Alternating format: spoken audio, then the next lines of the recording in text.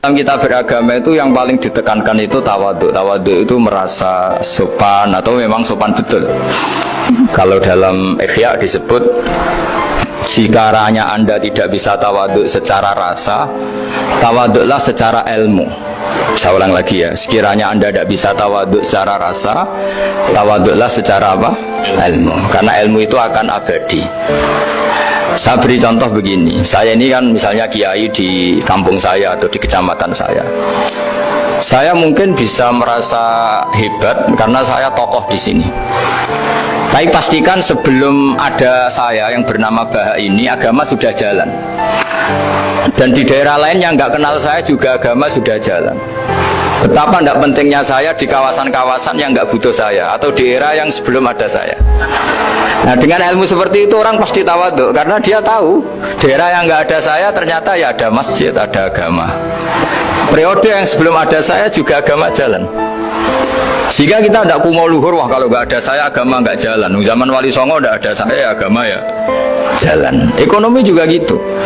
Kalau Anda pakar ekonomi yang mensejahterakan rakyat, cara tawadhu itu kalau nggak bisa dengan rasa, dengan ilmu. Sebelum ada kamu banyak orang kaya, banyak orang yang nggak kenal kamu juga kaya.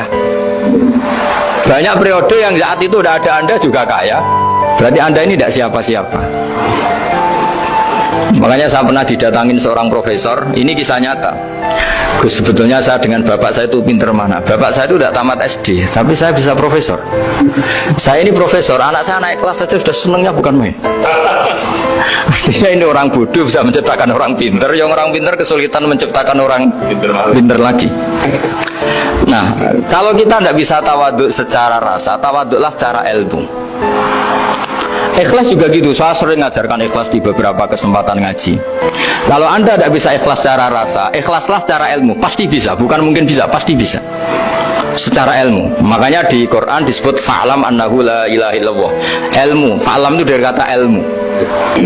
Saya beri contoh, saya mulai kecil sampai sekarang saya sekitar umur 50 tahun. Mulai kecil sampai sekarang itu ya bilang kalau kertas ini putih.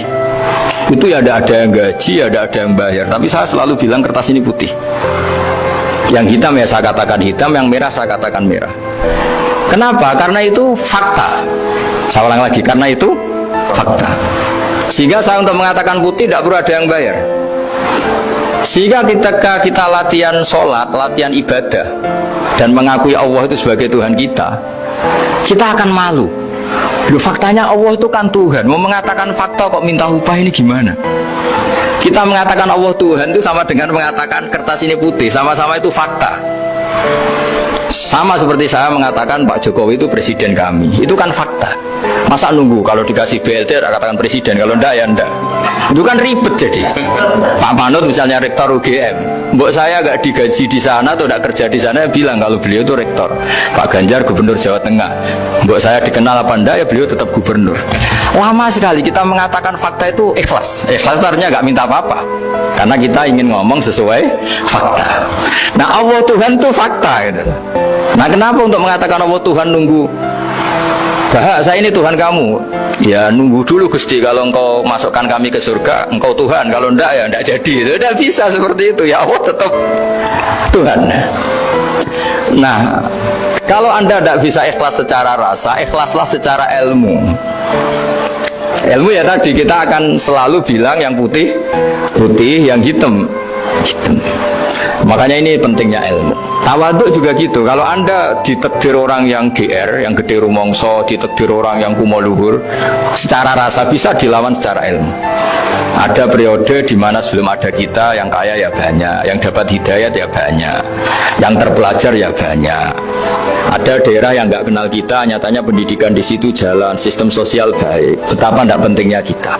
Nah, ini nanti memaksa kita atau melatih kita untuk tawadhu.